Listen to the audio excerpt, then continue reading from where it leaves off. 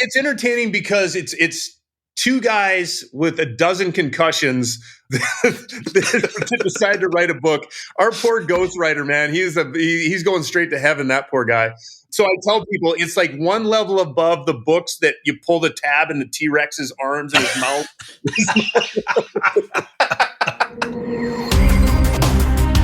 Welcome to the Two Authors Chat Show, an entertaining podcast with two best-selling authors connecting readers with an eclectic array of distinguished guests through lively conversation and interviews. Hosted by mystery, suspense and thriller writers Douglas Pratt and Nicholas Harvey. Hey folks, welcome to another exhilarating podcast. You know what we have? An exhilarating intro, right? That was brilliant. I liked it. Exhilarating. Wow. I feel like I'm already letting everybody down. So. Yeah. Do you feel like I sold that good enough? You did very well. I was doing good. I was keeping a straight face until you lost it. It was just, sorry. Go ahead. Yeah. Let me continue. We've been remiss. We haven't thanked a handful of people that have been key in getting our show off and running. So who do we need to thank? You started off there. Well, actually, we had our good buddy, a fellow tropical author as well, Armand Rosamilia, who is he's a veteran podcaster. He has been on the air for quite a while. I forget he told us when it was, but he has the Mando Project with a few other podcasts out there. But he was just amazing with some of the advice he gave us on how to get everything started and how to make sure we sounded right and didn't say words like exhilarating. Yeah, and we've accidentally not followed most of his advice, and that's why you get what you get, people. Right. Anyway, thank you, Armand. You killer job getting us rolling. And if you haven't listened to his podcast, Mando Project, there's about a gazillion of them because they did them every week. He goes on. Yeah, totally. He's also on Twitch and a few other sites. If you look up Armand. That guy writes more words a week than I write in probably 3 months. Oh, he's insane. He is very prolific. He's a busy man. I don't know how he gets away with all that. So machine. Yes. All right. The other next one we need to thank is the wonderful and gorgeous, lovely Kim Breton, who does the voiceover at the beginning and end of the show and makes us sound almost professional. Till we start talking. Yeah, till I start saying exhilarating. Exhilarating. Yeah. So anyway, Kim, thanks a ton for doing that for us. And don't forget Sam, who's from Right Royal Audio over in the UK. He's helped us get started, and he does all the editing of the show to actually piece us together so you won't hear us say stupid things. I don't think he can edit it that much. Otherwise, it'd just be silence. It'd be Kim's intro, outro, and nothing in between. Well, what it says is there's a lot of stuff in there. What they hear, they're like, well, that's not stupid. Then they'll be like, man, he must have said some really stupid stuff. So what have you been up to, Nick? Let's see. Well, this week's show is titled Going Nuts. I don't know why we title the show because we don't often talk about any of it, but it's appropriate because I spent a little time at the University of Miami Health having my head examined, which has been there's a lot of that been going on. Was it exhilarating? So it was actually bloody awful. So, if anyone's followed my newsletter, I talked about it a little bit. I have an issue. Everyone's going, yeah, you've got issues, mate. But I've had this strange thing that I've had for most of my adult life where I fall over occasionally. And we can't seem to figure out what it is. I won't go into great detail, but they're trying. It's something up in the noggin where my wiring is a bit messed up. And so I just had a couple of days of intense examinations and tests on my ears, an inner ear. And they looked at this years ago, but then they've returned to it with better equipment and stuff. And some of these tests are insane. This lovely young lady who was very, very good at her job tortured me for a whole afternoon. And actually I left there going, well, she was nice. And well, you were in Miami. You can get that kind of thing there. So. Yeah. But they basically do everything that'll make you puke. So I actually it's like an electric chair. Literally, she opens the door to the room and you look and there's this, imagine a large barrel turned on end with a big door that opens. It's kind of a curved room, circular, but curved top to bottom. Big door opens, and inside is an electric chair. And they strap you to that chair, close the door. So you're in this tiny enclosed area. You don't know how tiny it is, except for the fact that you saw the door closing, because now it's pitch black inside. You've got goggles on your head, and you have to look at little red dots, and then they start spinning the chair. Wow. That's sounds like a ride at Disney World. If you want to not feel well, I recommend this treatment. Well, it's not a treatment, it's a test, but it's a set of tests to see how well your inner ear is working and all that kind of thing and what your balance is. And so anyway, apparently my inner ears work perfectly. They're really good. But the signal that goes somewhere up into the gray matter up there is broken. So, which is what we kind of thought it was. So onwards, more tests. You're British. Is it possible your plugs are just backwards? You know? I'm not grounded. You're not grounded. Just a thought. Well, that's American, actually. Some of yours are 3-pronged. Some of the 2, it's like, screw it. We'll ground it later. Yeah. So I've been doing that, but that was earlier this month, or the end of last month, I think. And then let's see. If you don't know, we're in St. Martin. I think we talked about this last time. We're in the island of St. Martin, which is lovely. We've been doing a little bit of diving. We went out with Ocean Explorers, good little op here, and we've done a couple of dives with them. We zipped over to Anguilla, which you can see from St. Martin, like 25-minute ferry ride across, which 10 minutes of it is getting out of the harbor to go there. And Anguilla is really nice, great beaches. And we went diving with a guy called Rob Willisher and his first mate, Xander. Vigilant divers, they're called. If you're over in Anguilla, look up Rob. Really good operation, nice little boat, super guy. We did a wreck dive. They've got about 7 artificial reef wrecks over there. We had a dive on a little freighter that's got broken up in a hurricane, but you can still get inside and wiggle around a little bit in there. And really cool dive. And then we dove on a reef not far from there. So yeah, good trip over. So yeah, we're enjoying being here on the island. It's we're working all week, both of us. My wife's working full time. We're both obviously remote. I'm a little more flexible on my times of day, but yeah, it's worked out really well. Did you just finish a book too? I just finished Burning Summer, which comes out on the 26th, so it's in the final editing stage. Priceless, which is by Deborah Brown, Don Rich, and myself. It's next in the Tropical Authors series. That's done, is in final editing, and that'll come out, let's see, next month. And then currently I'm writing Faceless, my section of Faceless, which is with AJ Stewart, our guest from the other week, and Nick Sullivan, who just had one of his come out, Deep Hex, come out earlier this month. Did really well. Love Nick's stuff. I listened to it on audiobook, and of course he's a professional narrator, so he does a mega job of narrating his own books. And then Missing in the Keys. And I think it's, as we're recording this, it's your turn to write a chapter. You got it. Yeah, you're trying to pressure me. I'll get it done, I promise. So, yeah. I'm actually looking forward to it. So good. So apart from writing the next chapter of Missing in the Keys, what have you been up to? I've got also, kind of like you, I've got a lot of projects in the works. I'm steadily working on Havana Sunrise just came out in March. So we're in April now. So it's been out. I'm already working on the next Chase Gordon book, which is called Gulf Dreams. It's kind of just in the early stages of that right now, which is exciting. It's going to be a little more treasure hunt, throwing a little bit of pirates and some bad guys of some sort who will be running around killing people. But I'm also working on the first book in my Corsair series, which is going to take place in Puerto Vallarta. So I got to go and do some research back in January down there, and I'm really excited about this one. It's going to be kind of more of a, kind of a Jason Bourne kind of a feel to it, only tropical, because I like the warmth. Cool. So that's keeping me busy. But speaking of that, while we're recording this right now, I'm leaving later this week to head to LA and then on to Hawaii for a week. Spend some time down there with my wife, and it's our anniversary coming up.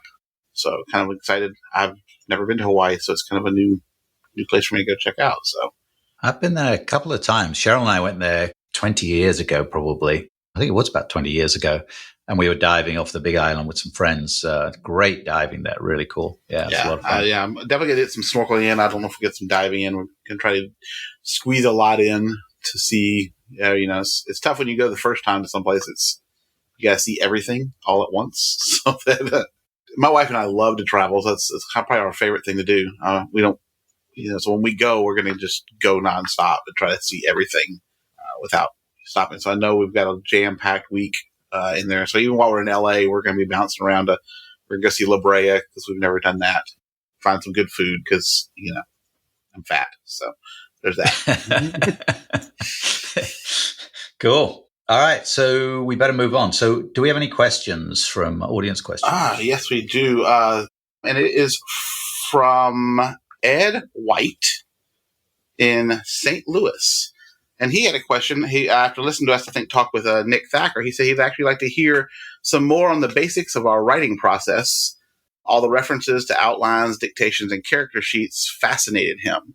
Apparently, Ed is easily fascinated. So, why don't you take a lead with that? Let's start with your processes.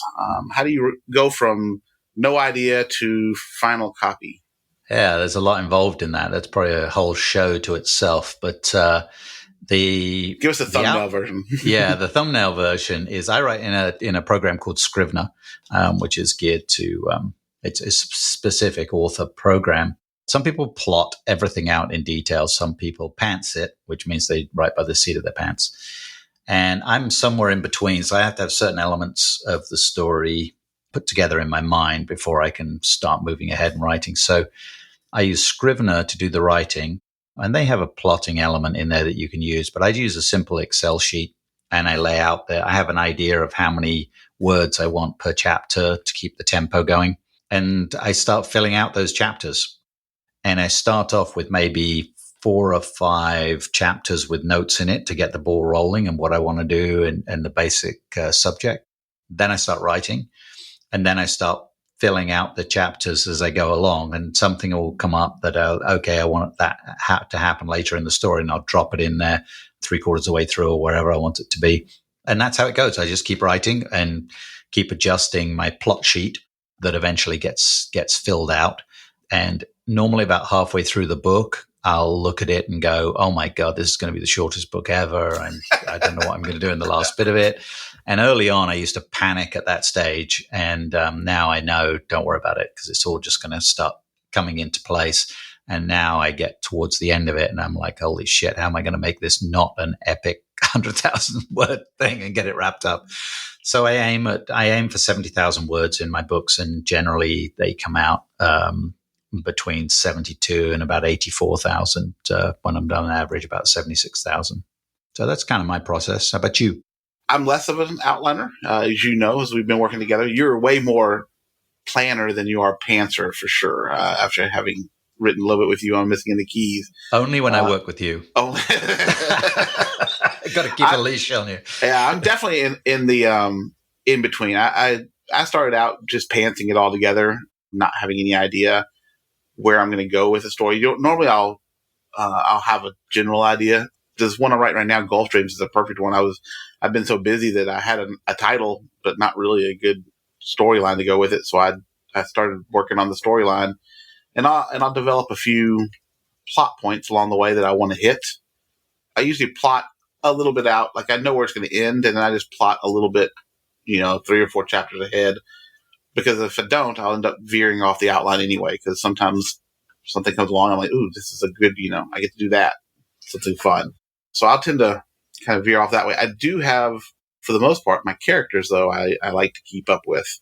At least the main characters. I'll add a few side characters or, ancillary characters along the way that will either get killed off or don't matter a lot. But for my main characters, I really like to delve into them a little bit more, kind of see what makes them tick, and have fun with them. So, do you keep a profile on your characters? Well, in Scrivener, because I also use Scrivener, you can make character sheets, and I need to update a little bit more. So for my main character, Chase, I have a good idea of what he does, and if I add some new element, I try to go through and add that in there. Less so for some of the side characters because they're not as important, but I do have some plans with at least one of the side characters of writing a series with him, and so I'm probably going to have to dig a little deeper into him and add a little bit more backstory to what he has. So, but no, oftentimes I do find myself going, well, now crap, what was the sister's name? And I have to go back and do a book and find it because I never added that into the information. So I've got better over time at keeping my character sheets up. My main characters all have sort of outlines, just details about their physical appearance as I've described it, details of anything about their history that might be reoccurring, so you don't step on your later on. Yeah. And talk about them. I still do that though. So yeah, I still do that. Yeah. But yeah, you try not to talk about them coming from a city that is a new city that from the last time you talked about it. I started doing a master character sheet, which I have got not very far with. Basically, the books, since I started it, I've written about 3 or 4 books. And each book I write, I'm keeping up with it. But it's hard to go back through your old books and pull out all the characters and put them in this master. Unless you do it from the get-go, it's tough to go back and do it. I'll tell you something else, and I think you kind of got me doing this too, is I've started looking at, so when you write, you'll pull pictures of what you're describing. And so that's really been something I've kind of stolen away from you, is I started doing that. When I did this with Havana Sunrises, it started out in a hotel that I couldn't go to see. So I Google Maps does wonders, and I could pull off images to see what I want to describe. And generally I have open tabs that have everything from architecture, the anatomy of a building, different architecture types. So I know what I'm describing without switching back and forth to going, well, the greenhouse over there. So. Yeah.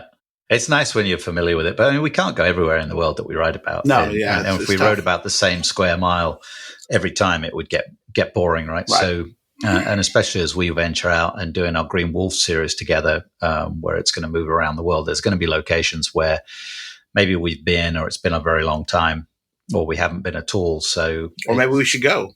We were talking about that earlier. Yeah. We should just come up with locations that people are missing that we want to go to. Right. Just an excuse to go there and research. So, all right, we're rambling like crazy. We better get on with the show. Absolutely, yes, let's do it. So this week's show is titled Going Nuts, and it's talking about balancing work life and home life together. That was the theory. Of course, we barely touch on that at all. But the guy that we're going to be talking to is a very interesting fellow. And he's banged his noggin a few times because he was a former pro ice hockey player. He was a NASCAR jackman. I'm going to wait for you to giggle now, because you're going to giggle at that. Every time we say jackman, he giggles. Yeah, I'm going to say Jackman is going to be the name of a series I do. I think that's awesome. He's. Do you think Hugh would come and play the part for you? If I could ever get Hugh to answer one of my tweets or something like that, but no, he's always too busy. Back on the point we're making here is Shaun Peet's the name of the guy, and he was an NASCAR jackman. He's now a pit crew coach and runs with a group of other fellas, runs Truckhouse Racing Cup Team's pit crew, and he's the co-owner with Mike Metcalf of Deck Leadership and the co-author of 12-Second Culture. So he's gone from being this hockey thug to running Deck Leadership, which is all about diversity, efficiency, culture, and kindness. And he talks to corporate groups and stuff. So we're real happy to have Shaun on the show. And here's a little chat with him.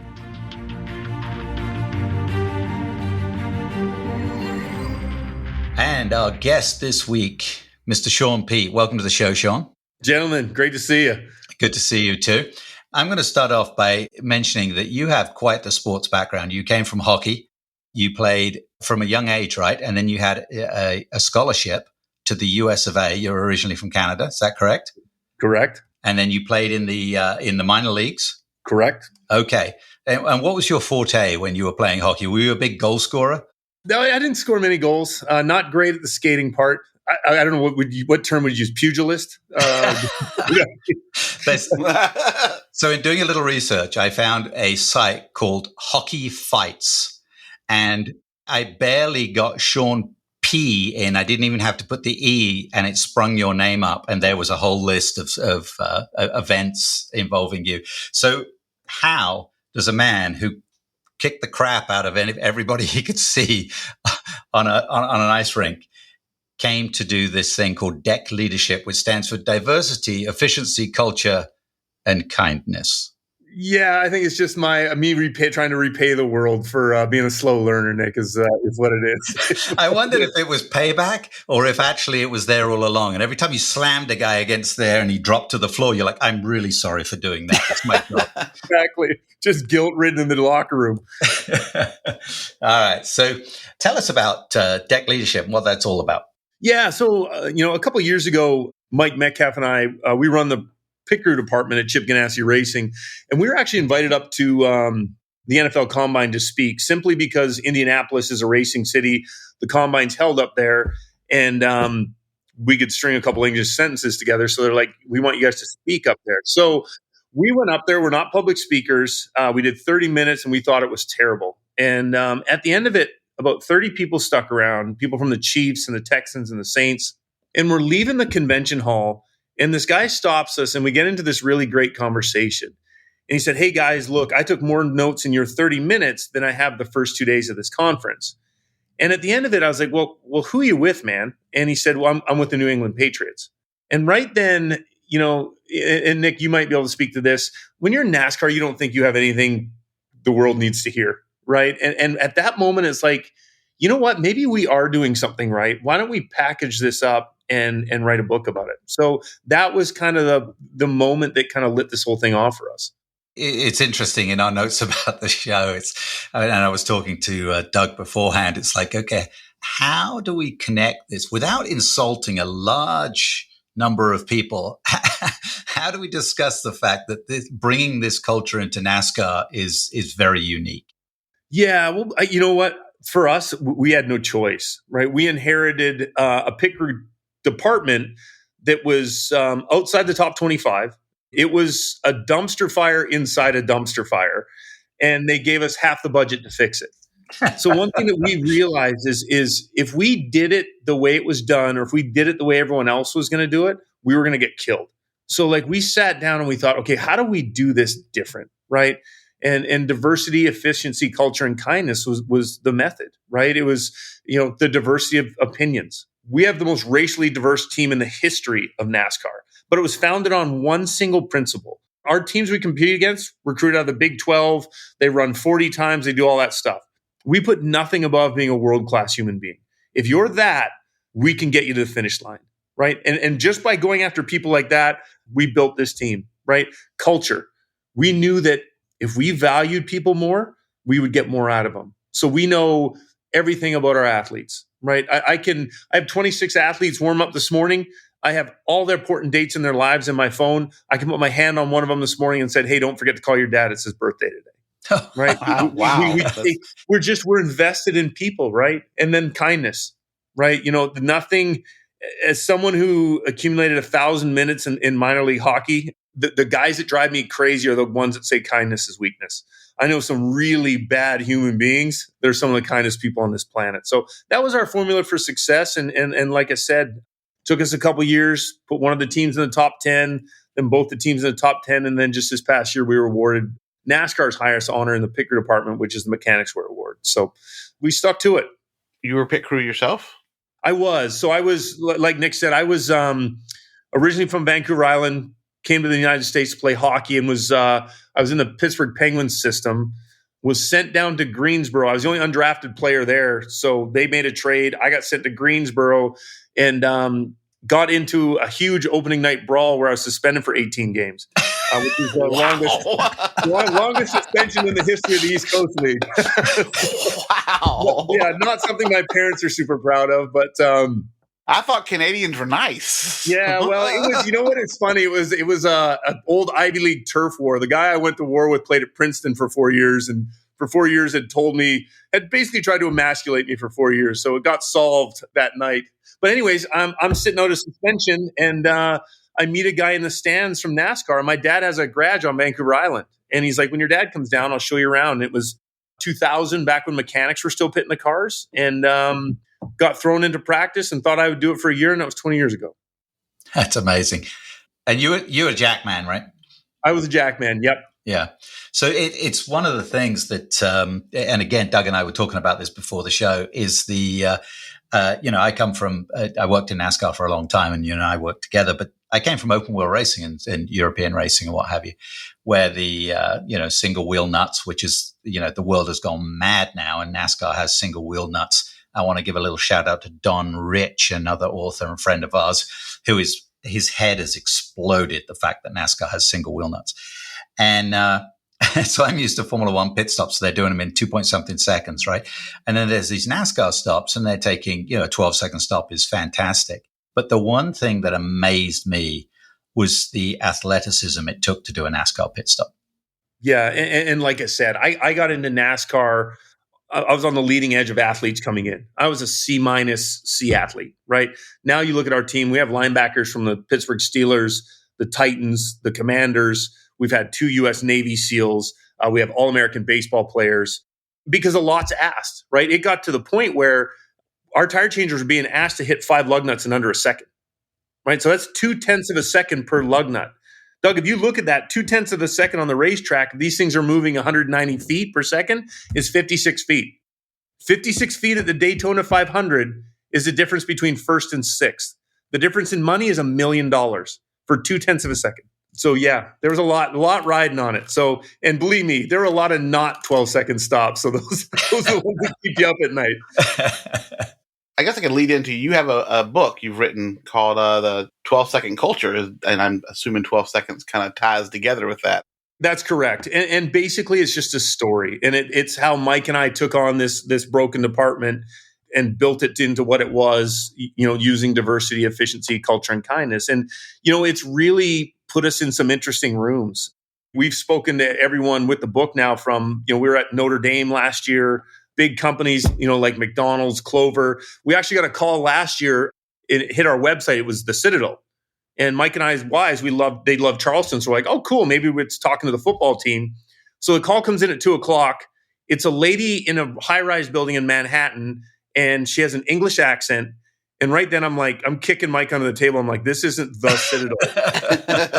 This is like Citadel Equities, which is like a $40 billion company, right? So it's put us in some rooms. I mean, every day I'm somewhere between overconfidence and self-crushing imposter syndrome. So it's been a really interesting time. That's pretty amazing. I mean, and so it's something that can go not just from the racetrack, but to business as well. Is that kind of what you're telling me? Well, yeah. I mean, especially in the United States, speed has become the new currency of business, right? It's no longer big business versus small. It's fast versus slow. And for the last 10 years, our job's been to build the fastest teams on the planet. So what goes into that, right? And it's inspiring human brilliance. It's things like, how we arrive, how we fail, like all these lessons that's just part of the fabric of what this is here, we put into the book. Cool. So who should read the book? Is it entertaining? Does it have humor? Well, it's entertaining because it's 2 guys with 12 concussions that decide to write a book. Our poor ghostwriter, man, he's going straight to heaven, that poor guy. So I tell people it's like one level above the books that you pull the tab in the T-Rex's arms and his mouth. I think it's for people that want to lead a better way. It's people that get a promotion and they've never been in a leadership spot and they have no idea where to start. And it's little things that all of us are capable of doing. And it starts with just caring about one another. From an industry perspective, and we're indie writers, so we publish and market our own books. You're up against a tall order out there. There's a lot of books telling people how to run companies and do things the right way. Have you found a way of getting to the audience that you need to get to? We've done zero marketing. What's interesting is we do these big conferences now, and like we spoke at Kubota's National Convention, and it's crazy. There's 6,000 people there, and if you kill the keynote, it's amazing how many books. Right, we put a QR code at the end of our presentation, and we'll see 100 books go out the door on a Tuesday. So it's been, as writers, I think you guys know, when you put a book out into the world, it's equally parts satisfying and terrifying. Right? Oh yeah, and yes. When you put it out, it's been out in the universe for a couple months, and you've only sold 300 copies. You're like, oh my gosh, what have I done? Because you always hear about all these giant book sales. But it's been really interesting. Like we've had orders of 1,000, 1,500. We had an order for 2,500 at one time. So, getting into these conferences, that's really kind of our place to move these books. And we package it up with a race car and the whole bit. And kind of that's been our way. We still haven't put it on Amazon, and it's not on audiobook yet. So it's a decision down the road that Mike and I'll have to make. Yeah, it'll be interesting when you do the audiobook. Are you gonna voice it if you do the audiobook? I mean, you have a very quiet voice. I'm not sure anyone will hear you, but that's the problem. Mike is so soft spoken that's the only thing I worry about. You know what I mean? The loud idiot Canadian and the understated American guy. We had that problem with the British guy and the nice, good-looking American guy. So there it's the same thing. There you go, Doug. So for those listening that perhaps don't follow NASCAR, walk us through the mechanics of a pit stop, because we touched on it earlier about, how much there is to it. And they keep cutting the number of guys that go over the wall now. So it gets even more complicated, right? So walk us through that. Yeah. Some of us, like me, don't have any idea. Sure. So there's 5 people that make up a NASCAR pit crew. So there's a fuel person, and their job is to take a 100-pound can of fuel and have it plugged into a skidding race car in under 0.3 seconds.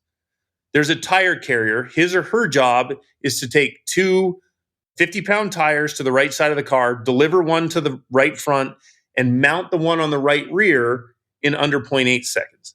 Okay, there's a jack person. Their job is to lift a 3,400-pound race car into the air with one stroke of the jack. All the while, the rest of the field is just inches off their heels. So if you want to know what it's like to be a NASCAR pit crew person, go out to the interstate, put your heels on the white line during rush hour, and turn your back to traffic. If that doesn't unnerve you, you have what it takes to be a NASCAR pit crew person. We may need to place a disclaimer here that the show does not recommend that you do the things the Canadian says. And then finally, there's 2 tire changers, and their job, was to hit 5 lug nuts in under a second. Now it's to engage a single lug nut in under 0.2 of a second. So, and all that goes into making what a pit crew is. So, like you said, you bring in people from other sports. Do you choose where they go based on like the particular positions in the pit crew? Maybe based on their sports, like. No, it's more based on their body makeup, Doug. So like really big guys, they're either going to gas or jack. Your more shorter, compact guys, they're going to change tires or carry tires. Like I said, for us, it's the person coming through the door. Like we have a very highly curated first day experience because we're looking for a certain type of person, right? So like things like we ask you to be here at 8. If you show up at 7:30, you get a check mark and you move on. If you show up at 8, you're gone. You're going to watch 2.5 hours of practice. There's lots of dirty work, as you can imagine, greasy wheels, and guys are having to clean up a bunch of stuff. If they jump into that work unprompted, they get a check mark and move on. If they don't, they're gone. I'm going to take you up to Wednesday's the hardest workout of the week. We don't ask you to lift the most weight or jump the highest. We just want to see if you can get through it, right? You're going to need some intestinal fortitude if you're going to pit race cars. We see how that goes. If they make it through that, they get a check mark. Now imagine this. You're on campus for 3 hours. You're exhausted. I already told you I have 26 alphas on campus, whether that's Navy SEALs, linebackers.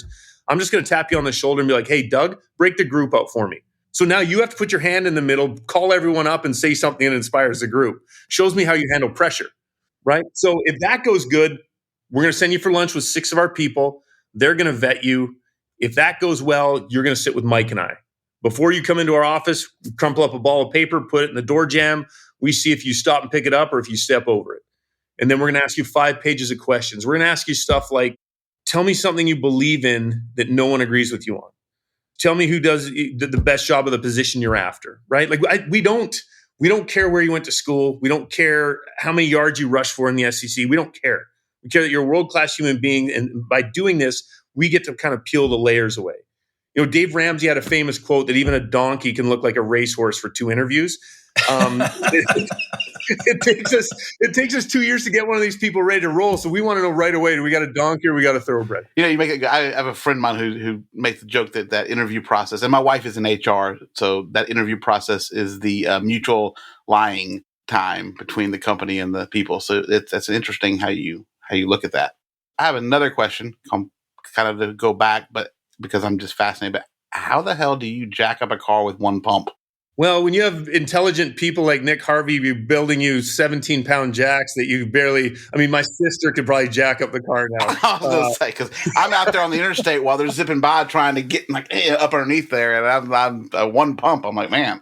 Oh, Doug, Nick and I could fill this whole podcast up with 2 jacks that we worked on together. No pistons and all sorts of stuff. So it's, it's funny because, every iteration of this, it gets a little faster, right? So you need lighter stuff lifts easier. So like when I came in, all the old timers would give me a hard time because I had a 36-pound jack and they used a floor jack and they would drag it around the car. And I was, I wasn't near the man they were. Well, now I look at the stuff like that Nick built and that we have for our guys. Now it's like 16 pounds. And mine was aluminum. Now all the exotic metals and stuff that you find in this piece of equipment, it's a really specialized piece of equipment. It still takes some power to get it up because what's gone on is the jacks have gotten lighter and the times keep coming down. They start cutting the handle. So like I look at the handle I use, it looks like a jousting staff now. Like these guys are cutting it. The fulcrum is half as long as it used to be. So you need some power to get that thing to the ground. Gotcha. Okay. Yeah. There's some serious technique in jacking a car. Body weight is great, but you have to throw that body weight through the air and add a lot of momentum to it, inertia. Absolutely. It's not, I remember my brother came down and tried to jack a car one time and the guys watching were like, yeah, clearly it's not hereditary. Like it doesn't run in the family. It just bounced them right off. It is really entertaining to watch someone take a NASCAR jack and put it under the car and they pop it up against the stop and then they go, and it doesn't move anywhere. Nothing moves anywhere. The handle of the jack doesn't move. The car doesn't move. Nothing moves. The only thing that moves is the human like heaving on the top of this thing, trying to do it.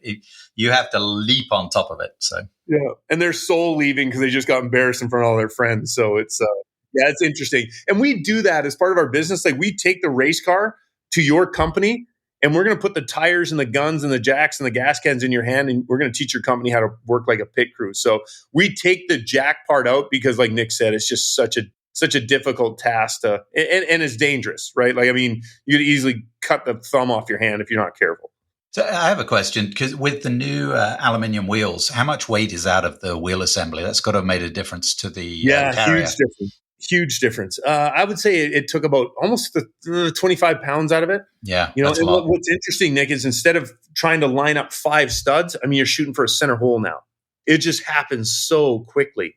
The single lug nut was a bane of my existence last year because NASCAR decided to implement all this new technology, but accompanied it with a 4-race suspension if a wheel came off. Now, that all we do is push margins, right? We hit 3 instead of 5. We do. And there was parts where a jackman just has to make a decision that he thinks it's on or it's off. And audibly, it was no different. So we kept shipping cars and wheels were coming off. It was a rough year, man.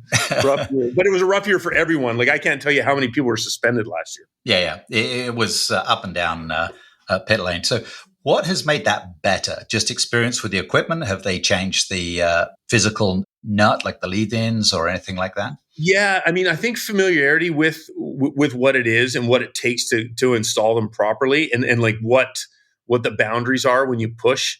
I think NASCAR looked at changing the drive pins and doing some other stuff, and they literally made the rule change in December and pulled it back a week before the Daytona 500 because all of us practicing in the off season were spitting lugs off the gun left and right. We couldn't keep lugs on the race car. And we couldn't even keep them in the guns. It was going to be an absolute circus So, in a rare move for them, they were like, you know what? I don't think we thought this out. We're going to go back to what it was, which as well as I do, that doesn't happen every day. Yeah. Yep. So let's, we are writers. And so let's talk about what you read. What do you like to read? Just about anything. You know what I mean? Except our books. Except our freaking books. No. I will send you my book if you'll read it before Nick's. So. Thanks, Doug. I've already read one. I've already read one of Nick's. So basically, my wife and I have a rule. The only place we go on vacations are places that have an independent bookstore. Like that's how dedicated to reading we are. Like it is my favorite thing to do. Whenever there's rain in the forecast in North Carolina, I'm pumped because it's just a day on the couch and I'm going to read. As someone who wrote a self-help book, not a big fan of those books. I hate them. I hate them. I've got to be honest. I hate them. they're just so. I just find so many of them that are just disingenuous, right? And they're just trying to separate people from money. You know what I mean? What I love great writing. I love descriptive writing. I love compelling stories, right? Like That's why he's only read one of mine. He was one and done. Like Tara Westover when she wrote Educated. Love that book. Just the way it read and the author's use of words and how I remember one of the phrases was like in Tara Westover's book was she emancipated her feelings from something. And just to use that in that line and the way she used it, I thought, wow, that's brilliant. I'm a fan of great literature. Executioner's Song, Pilgrim at Tinker Creek. You know what I mean? Like I just love well-written books. I went to school at, this will really prove that I'm an idiot. I went to college at Dartmouth, right? So I took an Ivy League degree and went straight to NASCAR with it. It was really brilliant. But between NASCAR and Dartmouth, like you guys said, I played hockey.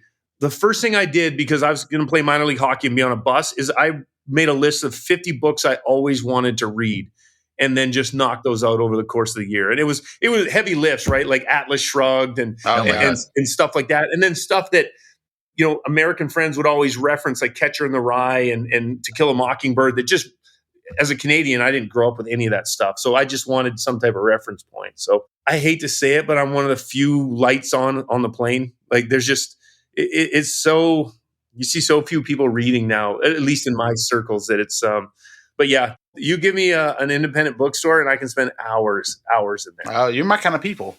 Yeah. You got one of the best ones in Davidson. Oh yeah. Main Street Books in Davidson. Like those people are, and my favorite thing is I find an independent bookstore. I go right to the staff picks, right? These are people that just read and read and read and read. And you always find phenomenal books in there. So they always have a surprise one. It's wrapped up and it's you don't know what it is. You don't see the cover. It's cool. I love that. Yeah, blind date with a book. Yeah, that's it. You know what? I have not made the jump yet. You know what I mean? I'm like, what if I do? What if I unwrap it and don't see it? But there's a guy. I think it's William Fortune. He writes the whole series 1 second after, 1 minute after. He's like a leading authority on EMPs and writes all these doomsday books. I've really enjoyed those. So some of this post-apocalyptic stuff is. Yep. Yeah, we got some friends writing in that. It's a huge genre. It is, and some of the old ones too are just like it's interesting. Some of those old apocalyptic books were almost foreshadowing like what we're terrified of what's going on like right this minute. Yeah. I just read one. It was I want to say it was 2032, but I think that's wrong. It was written by a former admiral of the U.S. Navy and a former intelligence officer, and it's a fictional account of what happens when U.S. goes to war with China. It's terrifying because you know what they know. It's like Nick would be like you writing a fictional book on race cars. Right? Yeah, like it would be.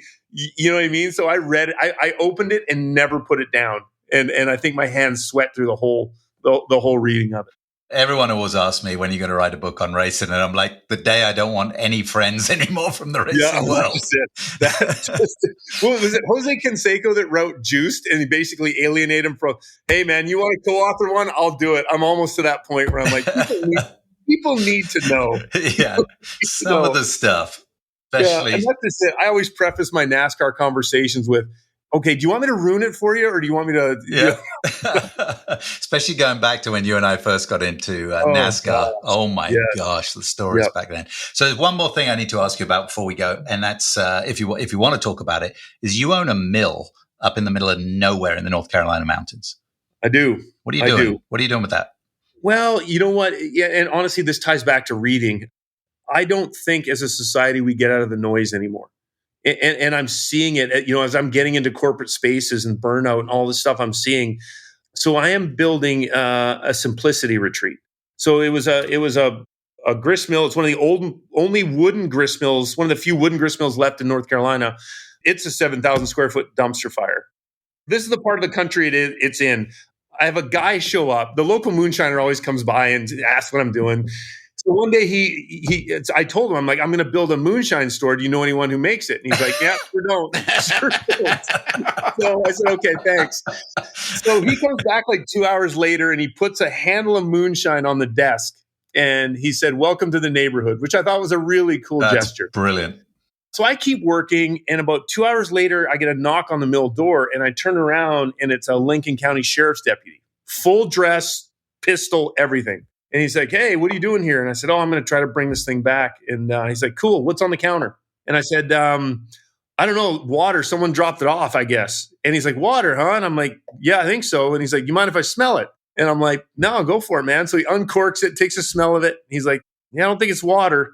You mind if I taste it?" And he's working, right? Yeah. And I'm like, "Yeah." I mean, I don't know what department protocol is, but yeah, if you want to taste it, go ahead. And he said, "Taste it." And he's like, "Yeah, no, it's definitely not water." And he's like, "You sure you don't know who gave this to you?" And I was like, "No, I sure don't." And he's like, "Okay, tell Bob he did a good job with this batch." So it's like 1950 out there, but you know what? You go out there and all you hear is water falling over the dams. We're building great big sitting porches with rocking chairs. You can sit in front of the fire. Like, we're trying to put all these things in place that evoke simplicity so that, you know, like you get when you read a book, you get out of the noise and you actually get to be a human being for a day. Brilliant. Wow. You know how much I love the mountains up there. It was our great escape when we were living in North Carolina. It's a beautiful part of the country. So when you get that place rolling, I'll be your first customer. Would love to have you out there, man. Would love it. Yeah, that'd be kind of cool. All right. Before we go, we have one final thing we do, which we have a wheel of questions for you. So all right. It's high-tech shit. Get ready. High-tech stuff. So ready? Nice. Looks like our pit box. It does. I remember from the pit box we had that. So let me give this wheel a spin. All right. We do it for the sound effects, really. So oh, it's awesome. All right. And the question is, who would you like to have dinner with, living or dead? You know, you get to have a chance to have dinner with anybody. Sports, Pat Tillman, history. Ooh, that's a hard one. I'll just go Abraham Lincoln just as the default, but he's just such an amazing guy. It's hard not to pick him. Okay. Wow, that was the most prepared answers of all time from the wheel spin. That was pretty good. I don't know. No, I just yeah. You know, maybe Chris Farley. There we go. That's more like it. All right, awesome, guys. Yeah, that's great. Perfect place to wrap it up. I appreciate that. I learned a whole lot about jacking up cars and everything else. And honestly, I feel like I should get a little bonus star for not making jokes about one pump jacking. So, oh my God, I was so close. I held back. Yeah, I held back. I figured y'all probably have them all the time, but I was like, this is a gold mine right here. Awesome. Thanks for coming on, Shaun. Really appreciate it. Absolutely, guys. Keep putting the great stuff out into the world. Thank you, Shaun. Thanks. Thank you. Cheers.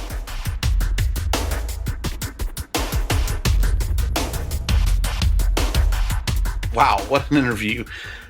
Now, before we go, I got a quick question for you, Nick. So he said something about you built and designed a jack? Yeah, I was at Michael Waltrip Racing for several years, and I was the head of the test and R&D group. So we were, it was probably one of the best gigs I've ever had because it was me and another guy, Brian, who's a super lad, very intelligent guy. And when the teams came back and said, hey, we need this or that, or this to be made lighter or faster, or the driver's feet are getting hot, is we just had these projects that we had to go and design something to fix that problem. And we were always working on the pit equipment. And at the time, it was a big deal with the pit guns. And we designed and built our own pit guns, which were pretty cool. And we built this jack. So the normal jack is a hydraulic jack. Right. And as Shaun was talking about, it's one pump and it goes up, which takes a huge guy to do it. And there's a lot of time to be gained in the pit stop if they can get around the car faster. And they're carrying this bloody great big jack with a big handle, right? Right. And he was saying they get the handle shorter and shorter. That's so they don't whack themselves and everybody else as they're running around the car with this jack. And it's amazing athleticism. So we were working on we'd made these lightweight jacks that were really cool. And then I had this idea, and I went to my boss at the time who ran the engineering group, said, hey, I've got this idea. What do you think? And he goes, all right, let's try it. And it was an air-assisted jack. You weren't allowed any lines or anything to the pit wall, so it had to be all self-contained. So we used a paintball gun canister with high pressure, and as you activated the jack, it gave it a burst of air to assist on the upstroke. We worked with this thing and finally got it. So it was pretty cool. And when I had to demo it to our competition director, we brought him down and I asked, it was actually one of the ladies from HR came down who was probably 5'4", like 130 pounds, and had her jack the car. And with one pump, she was able to jack the side of the car. And it was the end of the season and we were all excited and everything. Well, it turned out, a story for another day, but basically the company went tits up and went away. And our competition director went to work for NASCAR, and the first thing he did was ban the jack. So it never saw the light of day. Competition. So, sounds brilliant, though. Wow. So it was a pretty cool project. Kind of makes you the Jack King, huh? The Jack of all trades. Well, thank you everybody for listening. Remember that to subscribe to the show, give us a review. Especially a nice review, if you would. And check out the show notes for all the links to our books and social media. Also to Shaun's book, 12-Second Culture, and his deck leadership. Especially if you've got a company or know someone with a company that would like someone to come in and give them a pep talk. He and Mike are really, really good at that stuff. They're great humans. All right, anything else we mentioned in the show, we'll bung in the show notes. And remember, please support the show by buying or gifting our books. That's how we make our living, is by selling books. And so far, we don't have a Patreon, and we're not looking for sponsors and stuff for the show at this point. So buying our books is the way to support us. Great, yes. And now remember, our next episode, we're going to be called Following Passions, which hopefully we'll stay on track and be able to get close to that, but we don't know. No chance. We haven't yet. Maybe we should title the shows afterwards. I don't know. But it sounds going to be – I'm excited about this one. It's we've got a sailor with blogger and just she's an author and all-around just incredible woman, Annie Dyke, who she and her partner just took the bull by the horns. They decided to leave their jobs. Well, I guess they didn't really leave their jobs. They were full-time lawyers who transitions to full-time sailors, and I guess they still practice law while they're out at sea, and that's pretty cool. But this woman has done some amazing things. Really exciting to talk boats. You talk to cars this week. I get to talk boats next week. I know. So. I've had a couple of car ones now. You deserve I need a boat one. Yeah, so I'm excited. You're even getting a sailing boat. I know, yeah, sailing. When I get a boat show, it's going to have big engines. I bet it will. Hey, props to you, sir. Props to you. All right, guys. Look for new episodes every 2 weeks. And remember to send in your questions. We love getting audience questions. 2authorschatShow@gmail.com. So until then, be cool to each other. Fair winds and following seas. You've been listening to the Two Authors Chat Show with Nicholas Harvey and Douglas Pratt.